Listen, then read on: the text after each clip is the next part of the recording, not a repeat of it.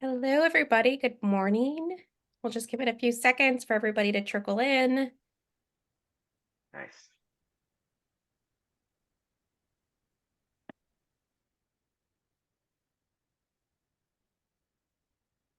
All right. All right. Well, hello, everyone. My name is Kelsey. I am Demand Gen Manager at Act On, and I will be your host and moderator for today's presentation. We have a great one for you today. We are going to be talking about mastering the customer journey, how to grow revenue and create customers for life. I think this is something that all marketers are striving to do, so it's going to be a great presentation. We are joined by our friend, Ariane Radmond of Ignite Post, and we have Andy Porter here from Act On. They're going to have a great presentation for you guys. But before we get going, just a couple of housekeeping. This webinar will be recorded. We'll be sending out the recording within 24 hours of today's presentation. We also have chat and Q&A enabled. So if at any point you have a question or just want to kind of tell about your experiences, please feel free to share those. We love reading your chats and talking. We have about 15 to 10 minutes set aside at the end of today's presentation for Q&A as well. So don't be shy. Let us know if you have any questions. We're happy to answer those. And then lastly, there is a brief survey at the end of today's webinar. Just a few questions. We love to hear your thoughts on how today's webinar went for you. Helps us create better content for you in the future. So if you have the time, please feel free to do that survey. We totally would appreciate it. And so with that, without further ado, guys, take it away. Awesome. Well, thank you so much. I'm super excited to be here. Like Kelsey mentioned, definitely use that chat or the Q&A function. Feel free to blow that up as we go along in the presentation. So I'm going to go ahead and dive right in. Before we start, I want to talk about a little bit about what we're going to do today, what we're going to cover. So we're going to do some intros here in a second, but then we're going to talk all about customer journeys today. So we're going to cover what a customer journey is, why it's important. I'll talk a little bit about my background, my personal why, and why I'm so passionate about customer journeys in particular. And then we'll dive into the larger current environment and talk a little bit about the relationship-centric era, what that is, what that means, get into a little bit about the secret formulas behind crafting winning customer journeys, and then also talk about science and psychology of how you can use surprise and delight to make winning customer journeys. And throughout all of these, we will stop and we'll go through some case studies and examples. And then, like Kelsey mentioned, we'll do some Q&A, leave some time for Q&A at the end. So with that, let's do some intros first. Andy, I'm going to toss it over to you to introduce yourself first, and then I'll go next. Absolutely. I'm Andy Porter. I'm the Director of Worldwide Sales Engineering here at Act On. Been with the company about 12 years at this point. So as we talk about Act On, for those of you who don't know Act On very well, we are a marketing automation tool that allows our customers to improve the conversion of leads throughout the funnel, make sure that we're capturing as many people as possible, and then also making sure that we're focusing on that retention and expansion of existing customers, turning people from simple customers to advocates as we move through the life cycle. Totally. Yeah. And I'm really excited to dive into some of those topics that you brought up as well. For those of you that don't know me, my name's Ariane Radmond. I'm the founder and CEO of Ignite Post. We're a platform that helps brands create magic moments for their customers using real pen and ink handwritten notes. So our platform is actually part hardware, part software. We use robots that hold real Bic ballpoint pens to write out real handwritten notes. And then our software integrates with platforms like Act On to allow you to trigger these perfectly timed and crafted moments that really surprise and delight and drive users to action. So I'm really excited to dive in here because a lot of the things that we're going to talk about, a lot of the principles and the frameworks that we're going to go over are things that we've actually, that we work with customers doing all the time. So with that, I'm super excited to dive in and get going here. So first thing, I figured it would be a good thing to start by covering what is a customer journey and why is it important anyway? So a customer journey refers to the path of interactions that an individual has with your brand or product. It's both direct interactions as well as indirect interactions. So direct interactions like contacting a customer service team to indirect interactions like hearing about your brand at an event. So it can be really interpreted as the map of unique interactions that any given customer has with your brand. And the cool thing is no one customer journey is the same. It often differs for every single person that interacts with your brand. So a little bit about kind of my story and my personal why. So IgnitePost is actually my second business. Before this, I founded a sports coaching marketplace called CoachUp. And in both cases, I learned that the common thread to really building a successful business was to really focus and craft an effective customer journey. And in general, you can really break customer journeys down into three primary sections that we have listed here. So we've got awareness or acquisition, conversion, activation, and then retention and advocacy.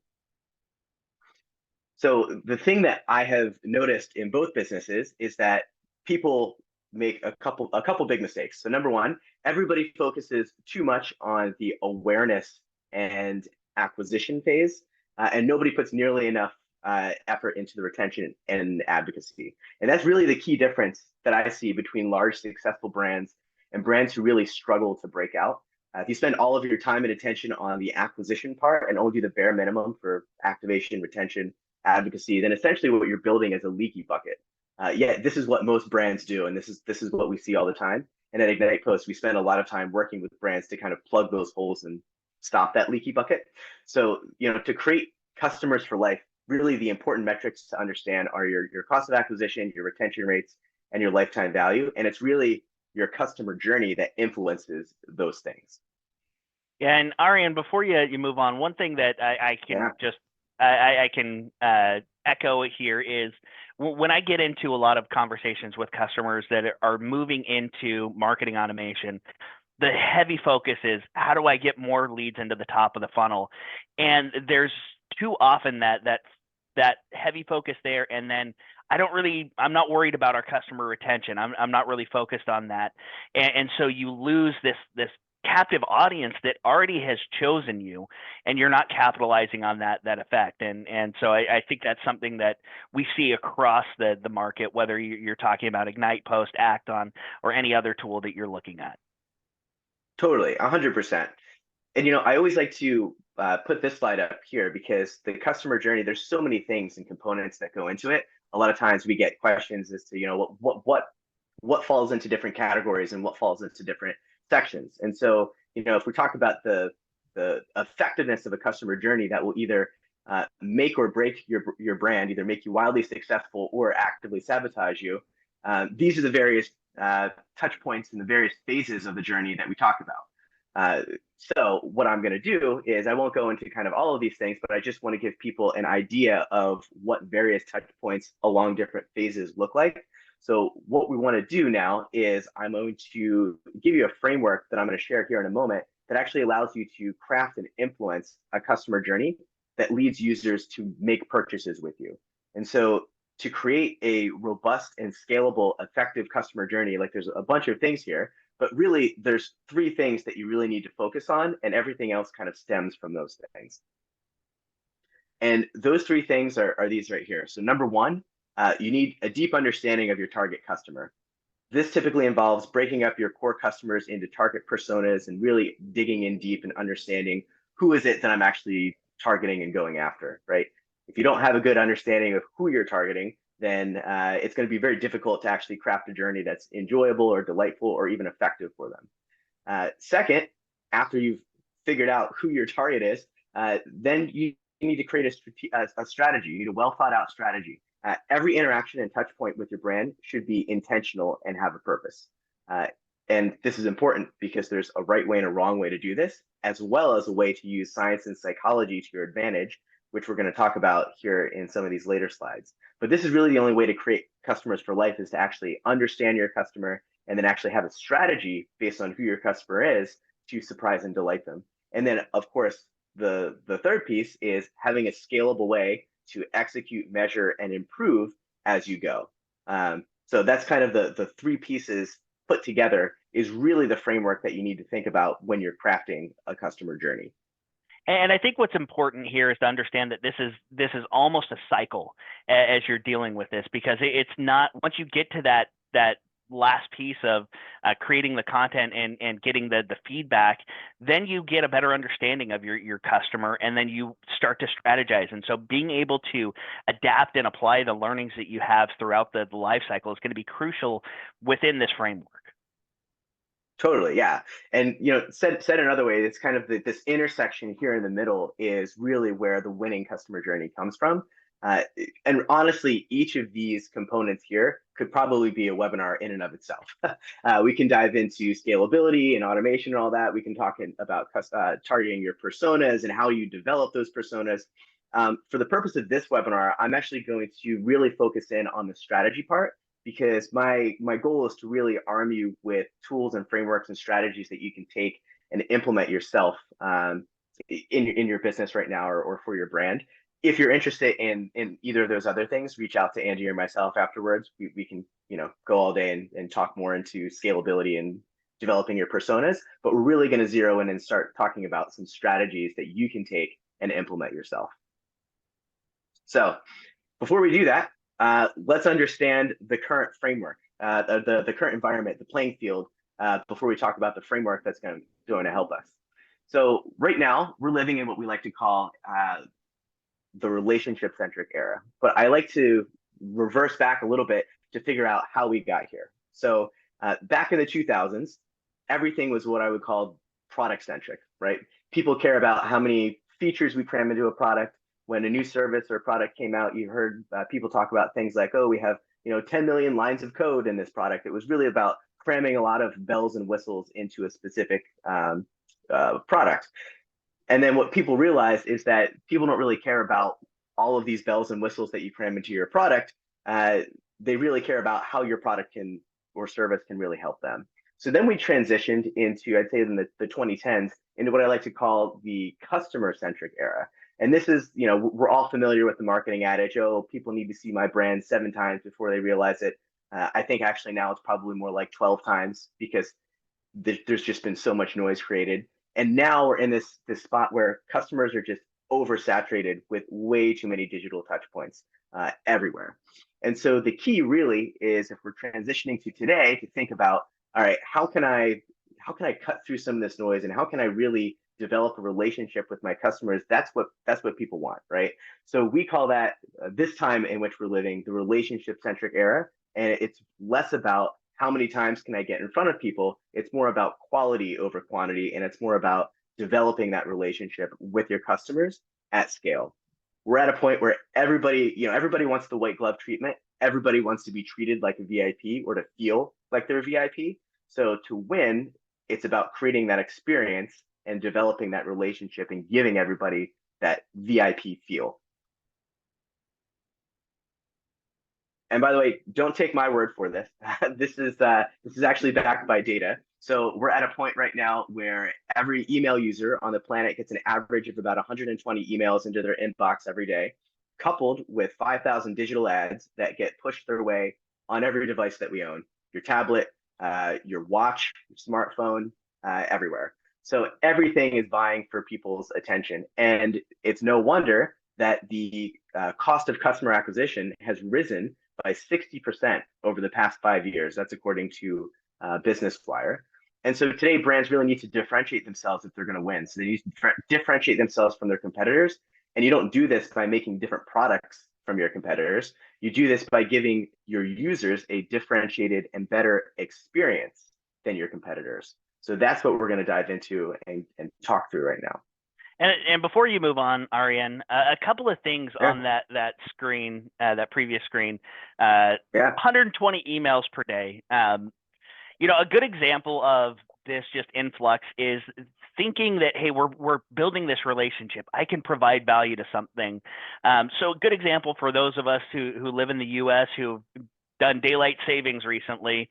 In my inbox, I had random emails from pizza places, oil change, about daylight savings. I don't know how that impacts whether or not I'm going to buy a pizza or not, but it's just that kind of misguided, personalized relationship where the feeling is, hey, if I have an excuse to email you, I should email you, or I should send you communications, because that will keep us top of mind. But as you see on this right-hand side of this slide, spam filters are smarter. They're learning that volume doesn't mean that people want to receive the messages. And so as you're seeing ISPs, Yahoo and Google just went through another layer of filtering to make sure that people are getting the messages that they want from the people that they want to receive messages from. It's all about that engagement rate. It's all about making sure that when you do get into the inbox, that somebody is likely to engage with it. And for me, a pizza place sending, hey, take advantage of losing an hour by buying our pizza, that's not going to be the reason that I'm going to click through an email. And if they're sending me that sort of stuff every day or every other day, likely I'm just going to start ignoring it. It becomes white noise even from that single vendor. So making sure that you have that understanding of your users and building that will help you with this spam filter and that engagement. So as we move forward, Arian will absolutely expand upon that idea. Totally. So you didn't buy the pizza then? I did not buy the pizza. I went with wings that day. So, I mean, still worth it. I love it. I love it. Nice. No, but that's actually a really good segue into what we're going to talk about now, which is that secret formula, right? So the whole idea is you want to create customers for life. And to do so, we have to understand that landscape, and we've got to overcome two primary challenges. So number one, we've got to cut through the digital noise that Andy just spoke about. And number two, when we actually do reach our customers, it has to be quality. You've got to create meaningful, memorable connections with customers. Both are necessary to establish long-term business. Remember, relationship-centric. So how do you do this effectively? The answer is you use human psychology and science. We're humans at the end of the day, so let's use some of that to our advantage. Let's use some psychology to our advantage. What we like to use at Ignite Post is this framework that we call the surprise and delight trifecta, and there's three parts to it, right? There's overcoming the digital saturation that we just spoke about, creating intentional touch points that actually build relationships with customers, and then using science and psychology to maximize those efforts. So kind of all three work together to craft this kind of winning trifecta. And so why is this important? Well, it's important because if you do this and you follow these components, it will increase customer satisfaction and spending, it'll boost loyalty, and it will lead to more sales and allow you to charge higher prices. At Ignite Post, we call this the power of personal in our customer journey. And basically, to delight people in your customer journey, the whole idea is to make customers feel that there's an actual human, a person on the other side of the transaction. And when you do that, you'll do those things. You'll increase customer satisfaction, you'll boost loyalty, and it will lead to more sales and you being able to charge higher prices. And by the way, this is not just something I'm making up. This is actually backed by scientific research. I left the link down here in the bottom right corner. But it works because of these couple of principles here. And this is now starting to get into that science and psychology of who we are as human beings. So customers see companies as these abstract entities that are formed by workers that might as well be objects, right? Buyers typically don't know who the creator of their product is. And this trend is accelerating everywhere, right? If you think about this, a blender can be bought on Amazon without anyone ever interacting with anyone at all. You can go and order a burger at McDonald's on a touchscreen. So if you contrast this to what happened in the past, an artisan of the past who built a product, let's say you wanted to go and buy a chair, like a piece of furniture, you would actually go to the furniture maker, you would talk to them, interact with them, they would build it for you and then give it to you. And then that would create that kind of personal experience because you were buying something directly from the person who was selling it from you, from the creator. And that felt good for both the buyer and the seller, which is why, people love that. That's also why people love buying and selling handmade products on Etsy, because you can actually interact with the creator. So it's the reason why that exists is because who we are as humans, we're social creatures. And if you can connect with if you can connect your customers with the people behind creating the actual product, it creates a strong bond. And so the whole idea is to do that within your customer journey and inject these intentional touch points that do just that. And so I'm actually going to walk you through an example of how you can do that with a customer that we did this with. So here's an example of this power of personal in actual real life. So this is Jack. He's the founder and CEO of True. It's an energy drink that competes with 5-Hour Energy. It's kind of a healthy alternative to 5-Hour Energy. And his goal is he wanted to compete with those big brands, didn't have as big of a budget, but he wanted to differentiate himself in the market so that customers chose his brand over some of the more established players. And he knew that if he wasn't able to keep customers around, then his brand wasn't going to last long. So he chose an intentional touch point, which is that had immense value, which is after somebody made their first purchase of a sample or variety pack with him. So again, one, the solution, thinking about your customer journey and what points have value to you. So that's what he did. And then his goal was, let's target this area and inject some surprise and delight by connecting folks to the people behind the company at that point. So it's challenging, I know, to do in a way that overcomes the 3 major hurdles of cutting through the noise, deepening relationships, and using psychology. But it is possible to do, and so this is what he did, and this is the approach they took. So at that point, after somebody purchased that variety pack, he had some surprise and delight by sending one of our handwritten notes to the actual person, and this is the example of the note. This is the actual note that he sent, but he did those 3 things. He cut through the noise, so he didn't just send another email. He built a deeper relationship with his customer, and he humanized the brand. If you read his message, the message is about, hey, I'm reaching out. I just want to thank you for giving True a shot. We're a startup. We're a young team of entrepreneurs. Would you be willing to write us a review? So just kind of a simple ask. And now the interesting part is what happened after he did this and put this into effect. So number one, he definitely got an influx of new reviews, new positive reviews. But more importantly, things like this happened where he was able to successfully mitigate negative customer experiences and actually turn them into success stories. This is an actual real email that he got. And actually what happened is they shipped somebody the wrong product. So this is someone that probably should be upset or at least not happy that they ordered something and they got something completely different. But instead, because he had that intentional touch point, because he humanized the brand, Catherine reached out and said, hey, by the way, I got your thank you card.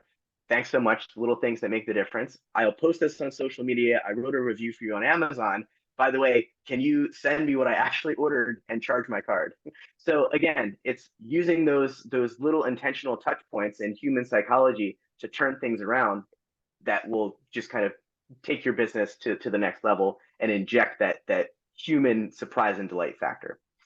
And I think what's interesting on this one is there's still that element of that Amazon experience that's going on. We're not saying that what you have to do is create this, I'm going to go talk to everyone that I'm working with. You still need to meet people where they are. And most people do want that touch-free experience. Think of it as the car wash. They want the wash, they want the cleaning, but they don't want to be touched too much in that. And so when you get something like this where you change the focus, give them something different and something like to the point Arian's been making about surprise and delight, changing the way that you're communicating, maybe hitting them with an SMS in a different way with a personalized communication outside of just doing the email, the direct mail piece where it's a handwritten card, where it feels like something different, making sure that you're varying how you're communicating with your customers and hitting them with the different levels of communication based on what they're focusing on. That's really key in that surprise element because they're not sitting there seeing it's just another email in the inbox, or I'm getting just another phone call. I don't want to talk to somebody right now. You're giving them different layers of communication that allow you to vary the experience and create that personalized experience through channels at scale. Totally, yeah. And remember, like key points, key takeaways, right? 2 things. 1, use surprise and delight to show the human side of your business. And then 2, of course, you want to choose touch points that have valuable outcomes for you. So that goes into the strategy that we were talking about before. So anyway, so that's a little bit about kind of this section in terms of human psychology and science here. If this makes sense, if it was helpful, blow up the chat, write yes in the chat. If you have questions, feel free to throw them in there. Otherwise, I'm going to go on and actually talk about another piece of human psychology that we actually use to help in our customer journey. And we're actually going to go through how you can use this in your journey to craft winning customer journeys. So the next thing I'm going to talk about is what's called peak end rule or peak end theory. So basically, the whole idea here is we evaluate, as humans, we evaluate experiences based on how we remember them. And as humans, our memories don't store everything. It's not possible to store everything about an experience. So when we recall an experience, our mind actually reconstructs the experience based on a few cues that it has stored, which, by the way, can be easily influenced if you're intentional about it. So science has shown that people remember an experience by its peak moment and by its ending.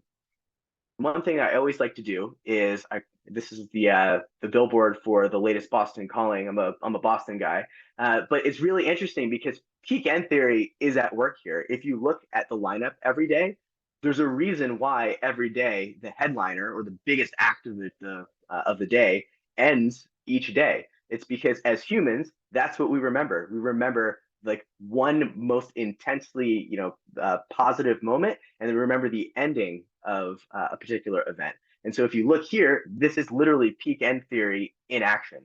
So every day ending with something that's very, very memorable. So the whole idea is, why is that relevant and how can I use this? So the whole idea is to use this rule to your advantage. So that means if we can find one moment on the customer journey that is significant and valuable to your brand, it's worth the effort of crafting a highly delightful and positive experience around that moment, because that's what customers will remember. And to dive in here, I'm actually going to show you an example of what we did using this peak end theory. So we worked with Carson, who's the director of CX at Legion Supplements. They're a natural sports supplement brand. They offer subscriptions. And he basically wanted to find a way to keep people in their existing subscriptions longer. So basically extend their subscriptions. So he did some research and he found out that people on average were in their subscription for about 8 months before they ended up churning. So what does that sound like? That sounds like the end of a journey or the end of an experience. And so we said, okay, this is a super valuable point. What can we do to really create an intensely positive moment here so that it's not the end of the journey?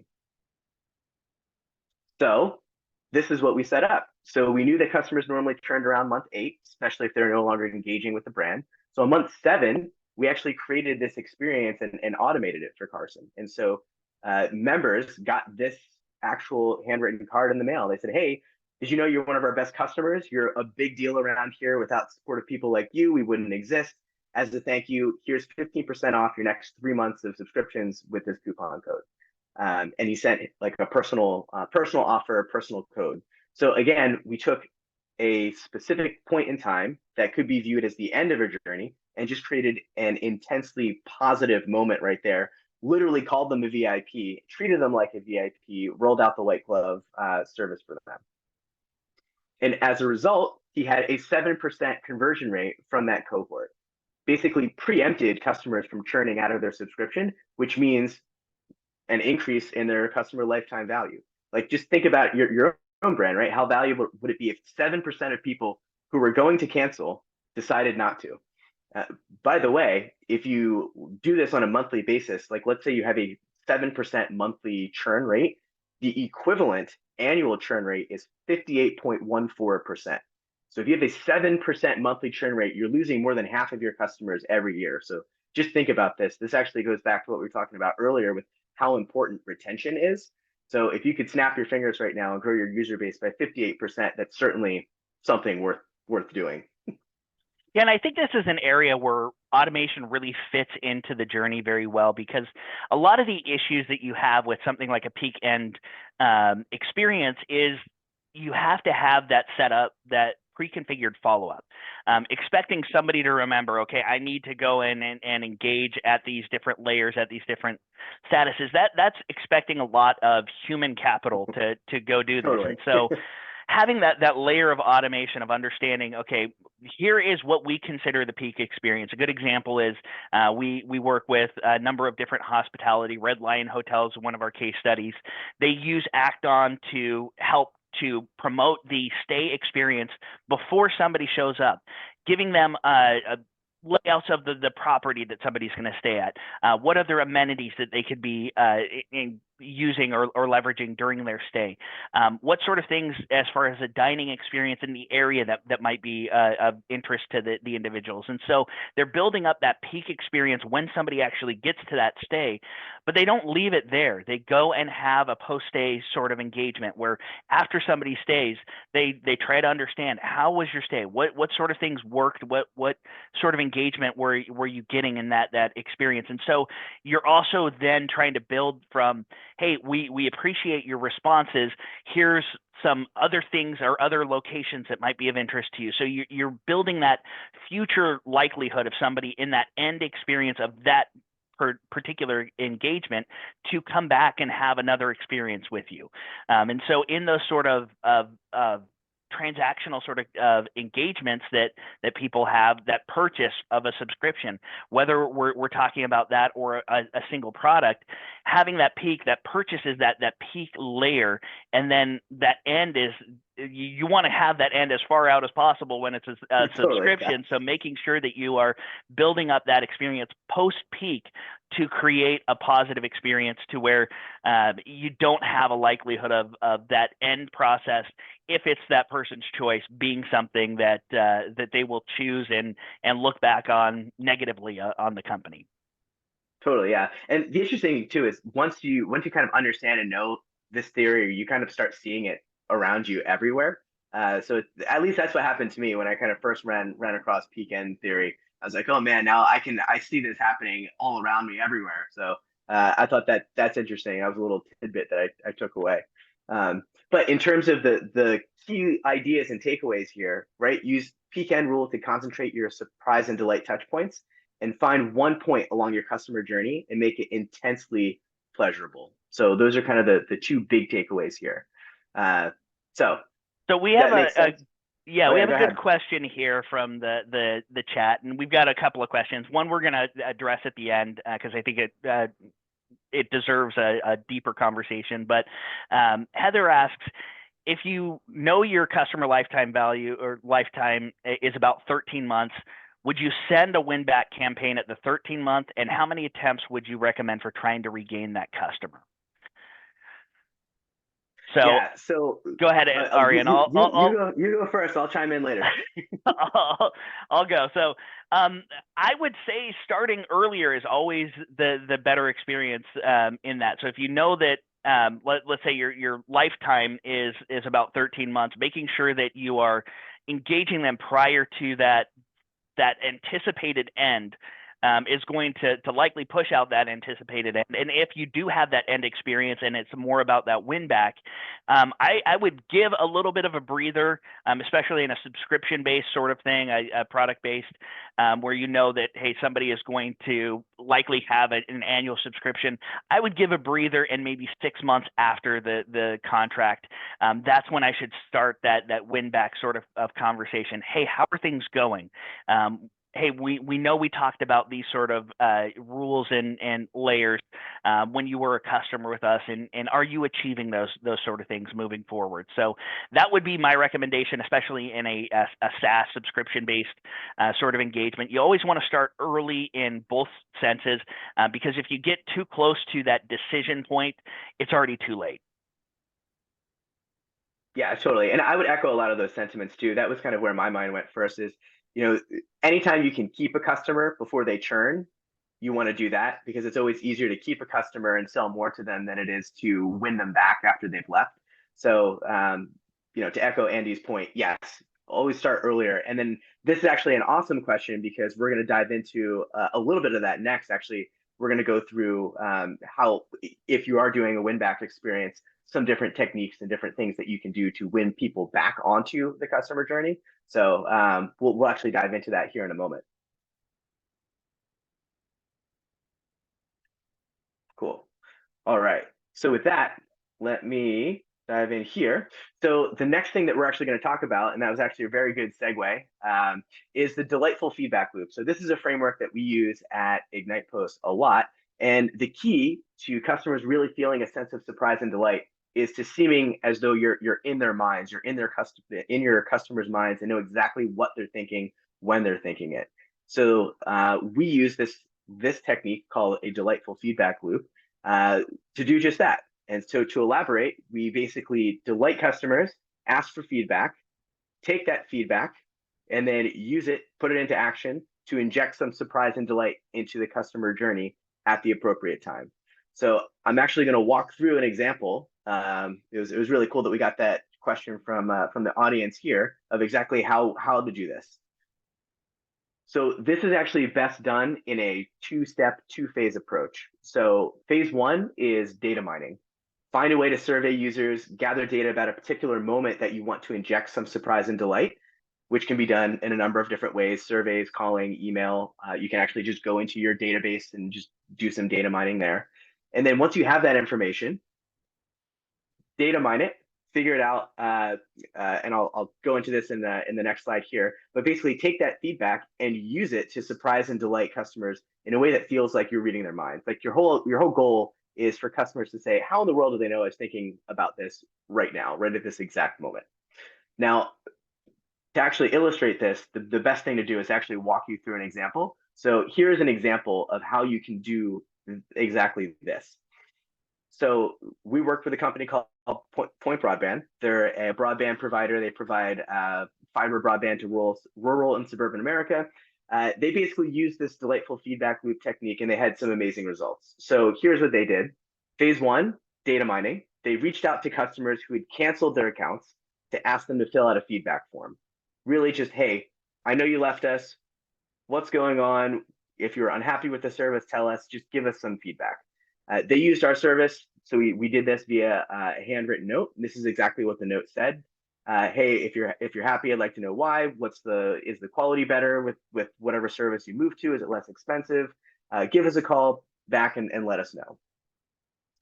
I will say, caveat here is you don't have to do this with a handwritten card. That was our service, so we did. This also works really well if you do things like send out surveys via text message or email or anything like that. But the whole idea is to actually get the information, right? You pick that moment and you need to get the information from your customers. So how you do that is less important than just the fact that you do it. So that's kind of a little caveat there. But the interesting part here with Point Broadband is after they received the information back, so after they surveyed their users, they went into phase two, which is feedback analysis. And this is just a screenshot from the internal report that they put together. But when they boiled everything down and they got hundreds and hundreds of responses, it turns out that everything can be boiled down to the reasons for cancellation were just one of like a handful of reasons. And actually some of these kind of overlap. Like they differentiated price and rate increase to two different things. To me, they're kind of the same. So there's really only a handful of reasons why literally all of their customers were canceling or switching their service. So then what we did in phase two is we said, aha, now we know what people are thinking. Let's preemptively just assume that everybody is thinking those things because we have a pretty good idea if they canceled, it was for one of these handful of reasons. So we took that information and we triggered a follow-up handwritten note after somebody had canceled their account, and we preemptively spoke to why they canceled. And so this is the note they sent. If you notice, the first line says, hey, since you left, we've been working to improve reliability, speed, customer service, and more. Those were all the main points that people spoke about when they were surveyed and asked why they canceled. So we preempted them. And the results were awesome. They had a 4% win back rate. And since this is automated, this runs every single month and automatically recovers 4% of lost customers without them lifting a finger. By the way, we also tested out the cadence of when to send these notes out. So we tested 4 months, 6 months, 8 months, 12 months, and 6 months was kind of like the sweet spot. Any earlier than that, it was a little bit too early and people didn't really switch back. Any later than that, people felt kind of they were too far down and entrenched with the service.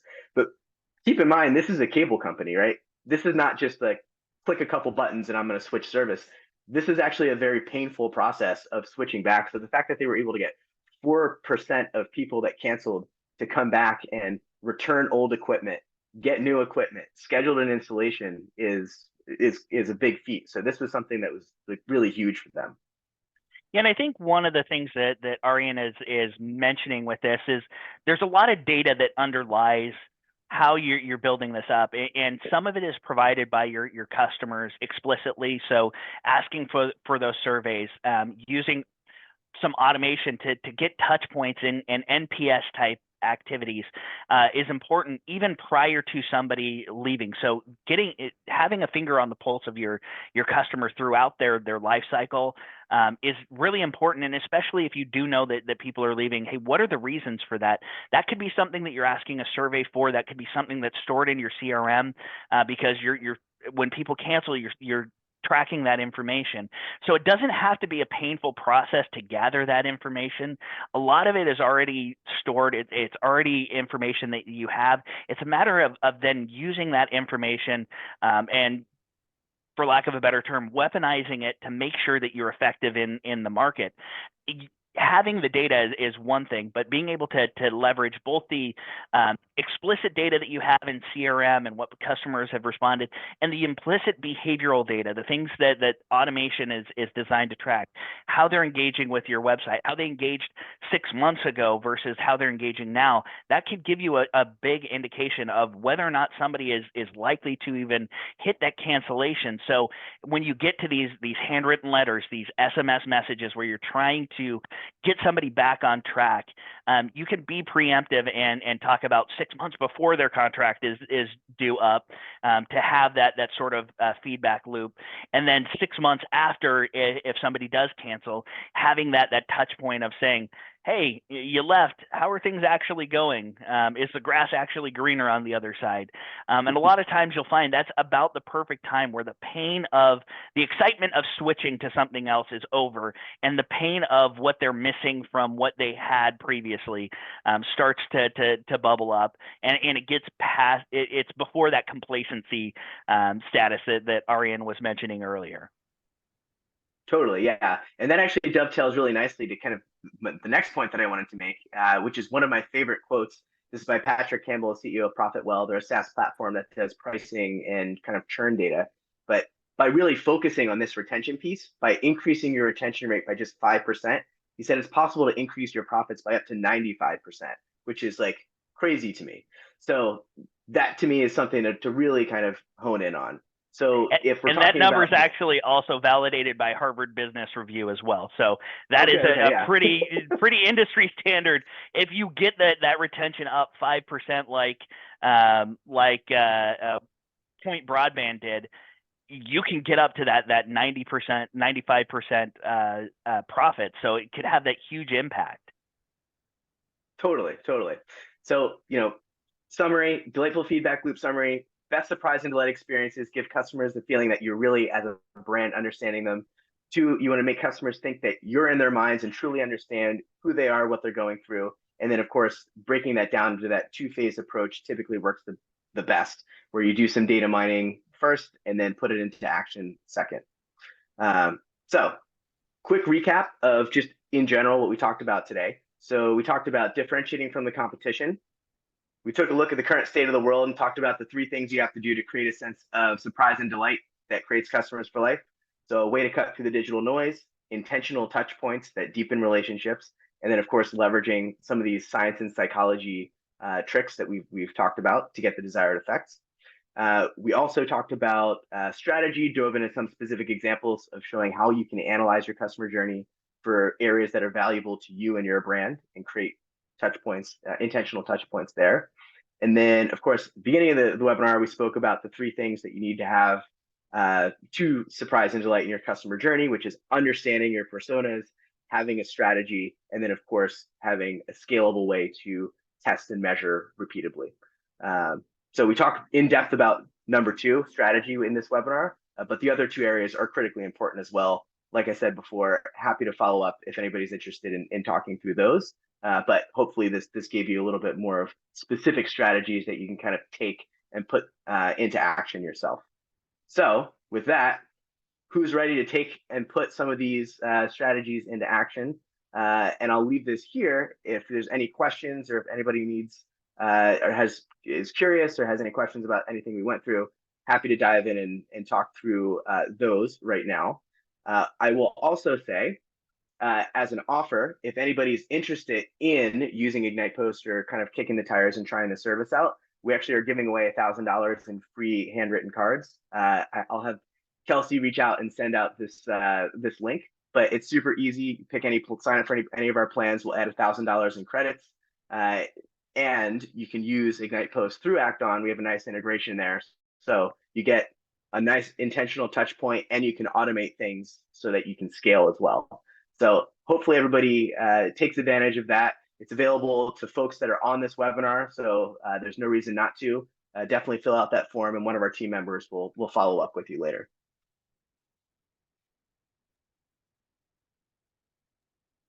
Great. Great. Thank you both. So many great topics and strategies discussed today. We did have a couple of questions if you want to dive into those. Yeah. First, we had a question about any tips for creating a personal touch to humanize the brand in terms of B2B, where many individuals are involved in a decision-making process, and throughout the project, who do you reach out to? So, I mean, again, even if there's multiple decision makers in the process, everybody individually is still a human. So I think a lot of these principles still apply. I think even more so, right? So especially if there's multiple people that are kind of weighing in on decisions.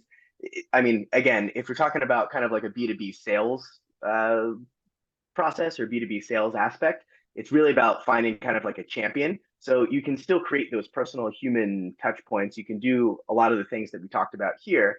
But really, I'd say my suggested way of going about that is to pick someone that you think is going to be your champion and really kind of humanize and reach out with some of those intentional touch points first, and kind of like own one hill before you move on to some others.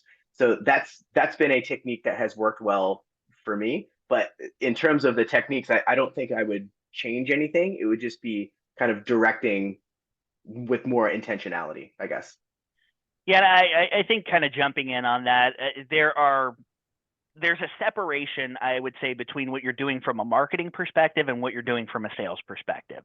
So when we're talking about the sales organization, like they've got to have a finger on the pulse of what's happening. And from a marketing perspective, you can absolutely support them with the tools and templates to be able to trigger some of these different communication paths based on what they're understanding, what they're getting from the organization that they're working with. But I think from a marketing perspective, making sure that you are actually engaging with as many people at the organization as possible to build up that actual, when kind of going back to that data mining element, that experience or that enough data as far as how somebody is engaging with you to understand a few different things about the person. A, who they are. B, how they want to be engaged with, and C, what is the best likelihood of actually getting that surprise and delight in. So you may have somebody who's getting a lot of emails from you but not engaging with any of them, but they're actually going to the website a lot and they're engaging on the website. What can we do to actually personalize that experience or have that pattern interrupt as used often in sales conversations, making sure that maybe that's a person that email's not actually working with, so let's change the channel. Let's hit them with a handwritten note from the organization of saying, hey, we really appreciate you considering our organization, and then have that sent on behalf of the sales rep. So that person now has that reputation not only built up with your brand, but with the person that is going to be their facilitator for making a positive decision in what situation what organization or vendor they're going to go with from a B2B perspective. So I would say making sure that you capture that information enough to be able to have that surprise element available for you. It may be an SMS. It may be, hey, we need to do some retargeting for this individual so they don't forget about us when they're doing the website. It's not putting everything out there all at once. It's a matter of making sure that we're addressing people in the channels that might be most effective for them, and not becoming that white noise. Yeah, totally.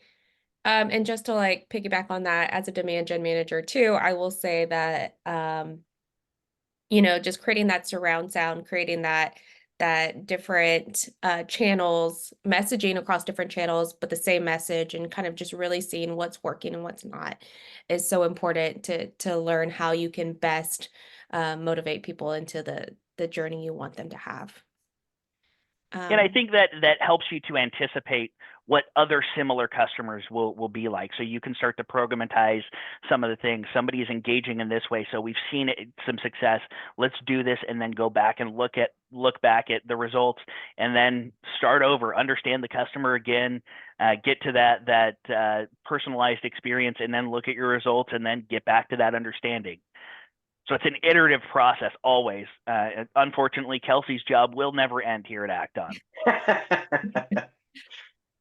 It's true. It's true. It never ends. There's never a shortage of work. We did have another question. So we talked about a lot of different strategies here. Lewis wants to know, how should I evaluate our current journey in order to choose what's the best approach, or should I do all the approaches?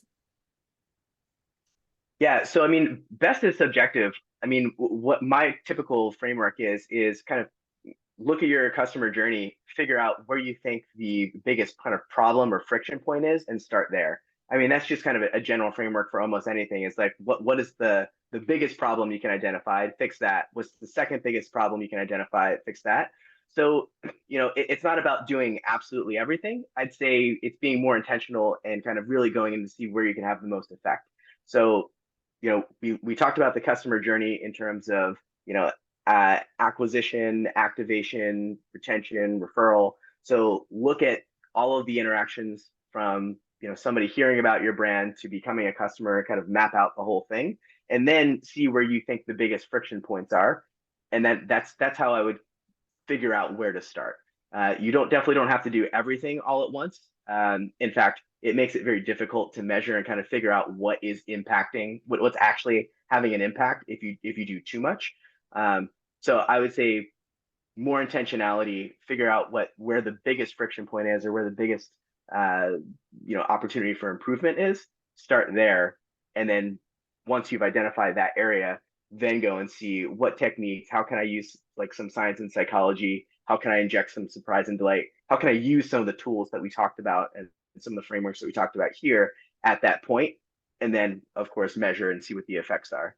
So I would kind of go about that intentionally, not all at once.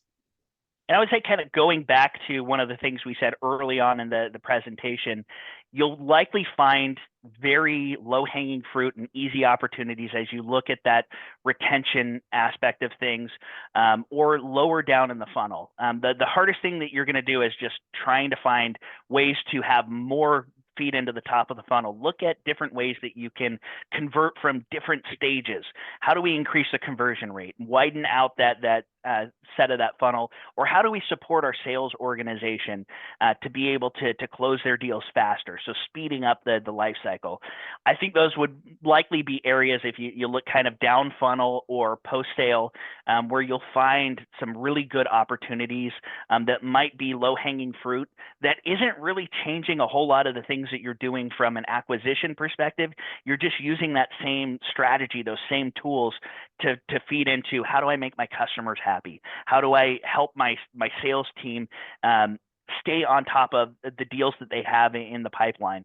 So you'll find that you'll have some low-hanging fruit there to make sure that there are opportunities to change. But as Arian said, don't try to eat too much in one bite. Try to do things intentionally and plan out, how am I going to be able to measure these results and see what my impact is, and prove my impact up to the executive team as I work through some of these stages.